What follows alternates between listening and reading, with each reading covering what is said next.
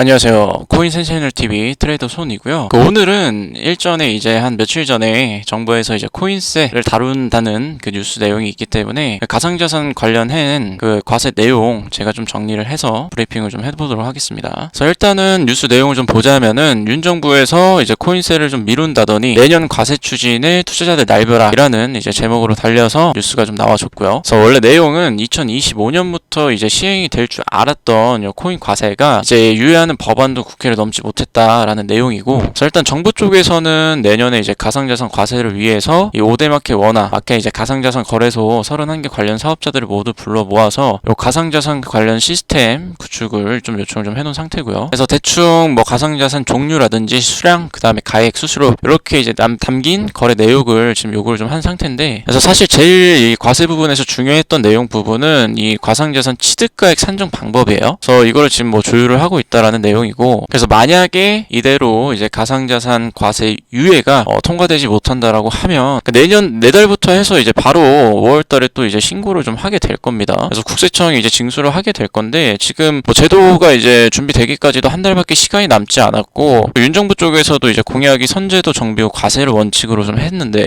이 공약과도 이제 거리가 멀게 이제 진행이 좀 되는 부분이죠. 그리고 사실 지금 원래는 2025년으로 우리가 알고 있었지만은, 그래서 지금 이제 내년에부터 이제 가상자산 과세가 좀 시작이 된다면은 사실 많은 혼란을 좀 불러일으킬 수도 있는 부분이고, 제가 아까도 말씀드렸듯이 이 취득가액이 사실 투자자별로 취합을 하기가 쉽지가 않아요.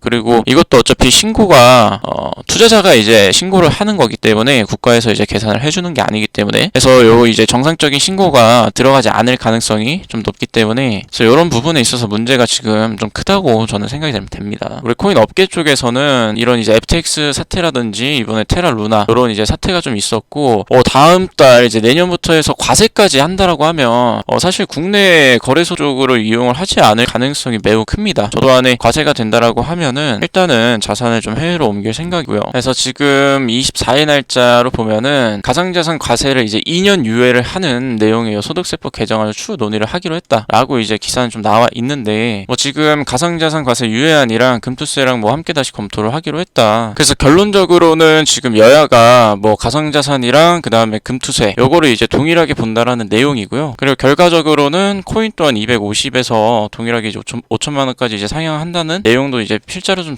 담고 있는데, 지금 중요한 거는 이 민주당이 계속 요 조건부 합의를 내걸어요. 근데 지금 사실 그 코인 투자자라든지 아니면 지금 주식하시는 분들이 민주당에 대한 인식이 굉장히 좀 안 좋거든요. 그렇기 때문에 사실 정부 입장에서는 당연히 야당에 대한 이제 군중 심리가 안 좋기 때문에 정부 입장에서 이대로 금투세가 통과된다라고 해도 어차피 투심은 민주당 쪽이 안 좋아지는 거지 정부 쪽에서 안 좋아질 필요는 없기 때문에, 그래서 실질적으로 얘네 민주당 쪽에서 자꾸 이상한 요 조건부 합의를 내걸어도 강경하게 여당 쪽에서는 실질적으로 확실하게 이제 뭐 합의할 스탠스는 없고 금투세 2년 유예에다가 대주주도 100억 이상으로 올리는 요거를 이제 강행하는 스탠스인데, 그래서 요 민주당이 이제 정부 절충안을 수요를 하지 않는다면, 정부가 절충안을 수요를 하지 않는다면 내년부터 금투세를 시행한다라는 입장입니다. 그렇기 때문에 결과적으로 금투세가 진행이 되면 이 가상자산 과세 유예안도 이제 진행이 되므로 결과적으로는 내년에 요 코인도 과세가 된다라는 겁니다. 그래서 요 소득금액 계산 방법을 좀 잠깐 가져와 봤는데요. 일단은 뭐 양도랑 대여가 되는 거를 실제 취득가액과 부대 비용을 차감하여 계산을 한다라고 이제 나와 있어요. 일단은 여기서 어쨌든 지금 뭐 국내 업비트라든지 뭐 빗썸 같은 경우에는 이제 거래 내역을 다 갖고가 있기 때문에 사실 우리가 이제 뭐 내년에 시행을 한다라고 하면은 뭐 국세청에 우리가 직접 이제 5월달에 종소세 신고를 하면서 같이 이제 신고를 하게 될 텐데요. 그때 사실 뭐 양도를 받았다라든지 아니면은 뭐 입출금을 하면서 다른 쪽으로 이제 코인을 주고 받다라든지 이런 거를 이제 다 따져보면서 결과적으로는 이제 투자 손익도 이제 따진다라는 얘기인데, 이게 실질적으로 애매한 게 지금 마지막에 내용을 보면은 연간 수익률을 계산을 해서 얼마 차익을 받는지를 이제 신고를 해야 된다라는 내용인데, 중요한 부분은 이 취득가액이 진짜로 애매를 하다라는 거예요. 근데 지금 나와 있는 거 보면은 뭐 연말 종가 기준으로 뭐 계산을 한다라고 하는데, 뭐 연초에 샀으면 연초에 5천 주고 샀는데 연말에 2천이다. 그러면 2천 5천이 취득가액이 된다라는 겁니다. 이게 말이 안 되죠, 일단. 그리고 결과적으로 지금 제도라든지 이런 부분에 있어가지고 아예 지금 뭐 사실 제대로 이제 나와 있는 게 없다 보니까 지금 저 같은 경우에도 이 계산하는 부분에 있어서 좀 사실 애매합니다. 그래서 정확한 내용 전달보다는 지금 이런 식으로 이제 흘러가고 있다라고 이제 말씀 좀 드리는 부분이고, 그래서 일전에 제가 아까 보였던 그 한국경제 뉴스가 정부 입장은 변함이 없다라고 이제 공식 발표를 좀 했어요. 근데 이제 그 2년 유예 추진에 대한 스탠스만 이제 동의를 하다라는 거지, 사실 정부 입장에서는 자기는 과세를 2년 유예를 하려고 했는데